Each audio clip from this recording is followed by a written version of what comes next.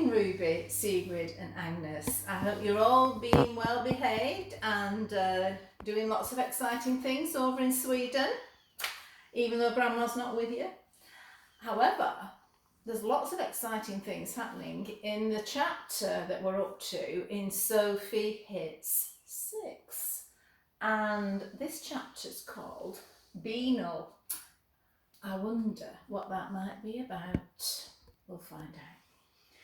Down in the potting shed, the 4 kittens were growing fast. And there's a little picture of them in the potting shed. Just in case people don't know, Sophie's put a little notice up that says kittens here and pointing down to them.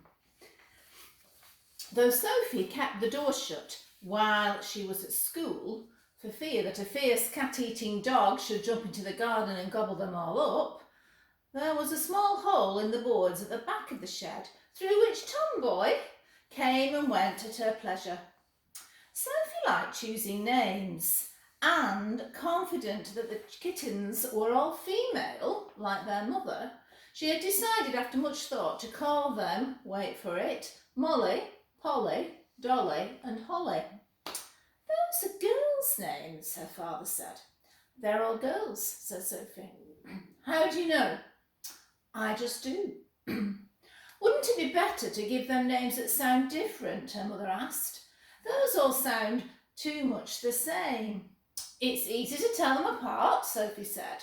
Molly's the tabby, Dolly's the tortoise shell, Holly's the black and white, and Polly's all black like a mother. Sophie's mother sighed. That's not quite what I meant, she said. It makes no odds, said Sophie's father. In a couple of weeks, they'll all have to go, Sophie. I hope you realise that. Can't I even keep one? She said. No. Oh, it's not fair, said Sophie to the twins later.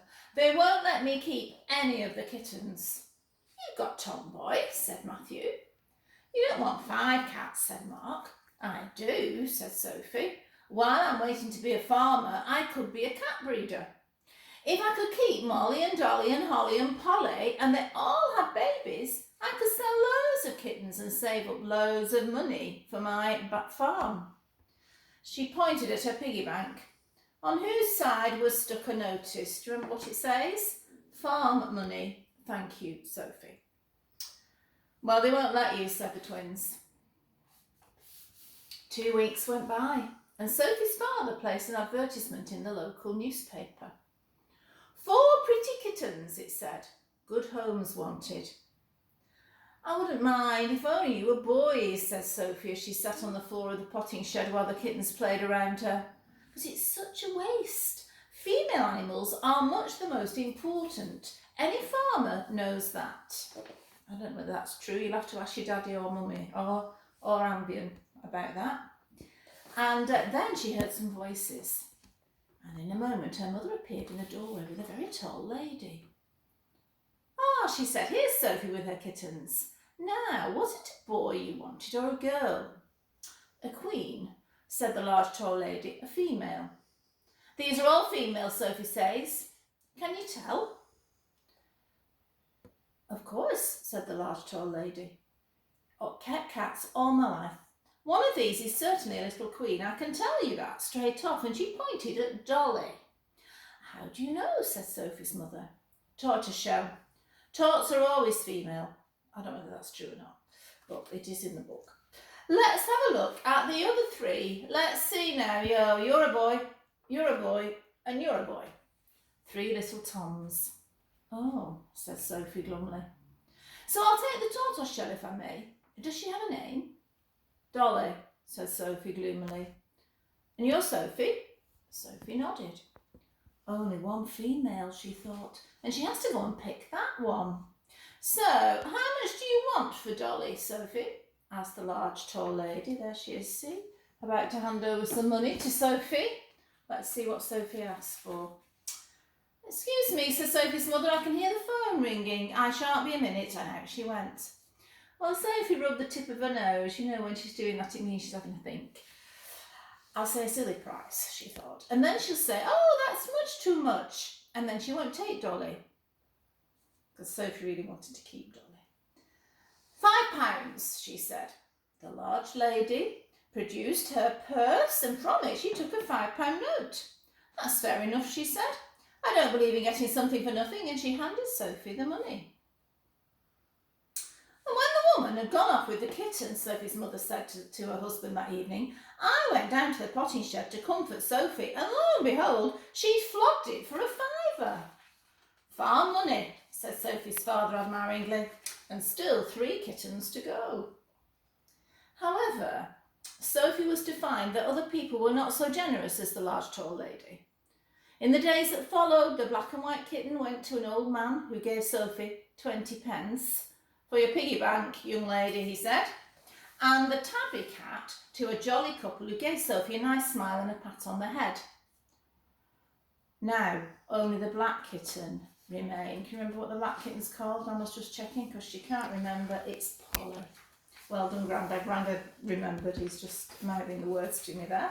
There's a little picture of Tom, Boy and Polly sitting together without the other 3 kittens because they've all gone to other homes.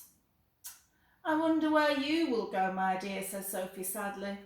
Soon there will be no kittens to play with at all. You will miss them, won't you? Said Sophie to Tomboy. Meow. Just then, Sophie heard her mother calling. Hurry, she cried, it's Aunt Al on the phone. She wants to talk to you, Sophie. Sophie galloped up the lawn as fast as she could. Hello, Aunt Al, she said breathlessly. Oh, you sound puff, said Aunt Al. I was running. Tomboy's kittens, have they all gone? All but one, said Sophie. Keep it for me then, said Aunt Al. For you? Yes, my old cat's just died. He was very ancient, miles older than me if you multiply by 7 like you do with the dog's age. Daddy's coming up to Scotland on business next month and bringing me back to stay with you. Do you think you could keep your last kitten for another 4 weeks till I can collect it? Oh, yes, said Sophie. What colour is it? Black, like Tomboy. Good, said Aunt Al. And what's it called? Polly. So it's female. No, actually, I thought she was, but he isn't. We'll have to change the name then. You can't call him Polly. So he needs to get used to the new one before I come. Well, said Sophie, you can choose then. Right, said Aunt Al, give me a minute. Sophie waited, thinking of Aunt Al on her mountain and feeling very glad that the black kitten would live happily at the top of the Highlands. Are you still there? Said Aunt Al. Yes. Ollie, short for Oliver. Okay, said Sophie. How much do you want for him? Well, nothing. We'll see about that, said Aunt Al. Both Sophie and Aunt Al, as you can work out by now, were both equally determined. Let me speak to your mother, said Aunt Al. Okay, said Sophie. Here she is. Bye-bye. And she plodded off down to the potting shed to tell the good news to Tomboy and Ollie, as the kitten was now called. Meanwhile, her mother was saying on the telephone, in exchange for the kitten, you mean? Oh, what a nice idea, Aunt Al. You know how mad about animals she is. No, her father won't object. I'll make sure of that. Yes, we'll see about someone to keep it. No, we'll keep it a secret. Shan't say a word. You can spring a surprise when you come. Surprise coming. When Aunt Al did come 4 weeks later, the very first thing she wanted to do was to see Ollie, of course. And Sophie made sure that he came to her and purred around her legs, just like Tomboy was doing. Well, he's beautiful, said Aunt Al, picking up the kitten. He's a spitting image of his mother too. You'll miss him, won't you, Tomboy? Meow, said Tomboy. It's very nice of you to give him to me, Sophie, said Aunt Al. Maybe I can give you something in return one of these days. Little did Sophie know, when she went to bed that night, what was covered over with an old sheet at the back of the garage. I wonder what it was. Little did she guess when she woke up the next morning what would be put in the potting shed while she was at school and while her great-great-aunt was paying a visit to the local pet shop. little did she dream that when she came home that afternoon, Aunt Al would suggest a walk down to the potting shed, and then, before they went in, would say to her, "Shut your eyes, Sophie." Why? Surprise.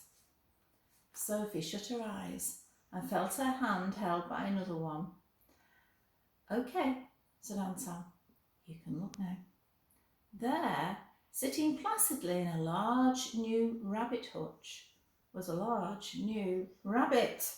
A white rabbit with floppy ears and pink eyes and a whiffly, sniffly nose. "Yours," said Aunt Al.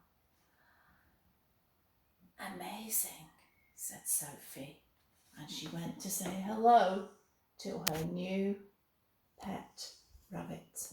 There he is in the hutch. Reminds me a bit of Elsa, the white rabbit that you had at one time. And that's the end of the chapter. Tomorrow we find out what Sophie decides to call her rabbit, because as we've said in this chapter, we know she likes choosing names, but you have to wait for that. And Grandma will say bye-bye for now and hope to see you again soon.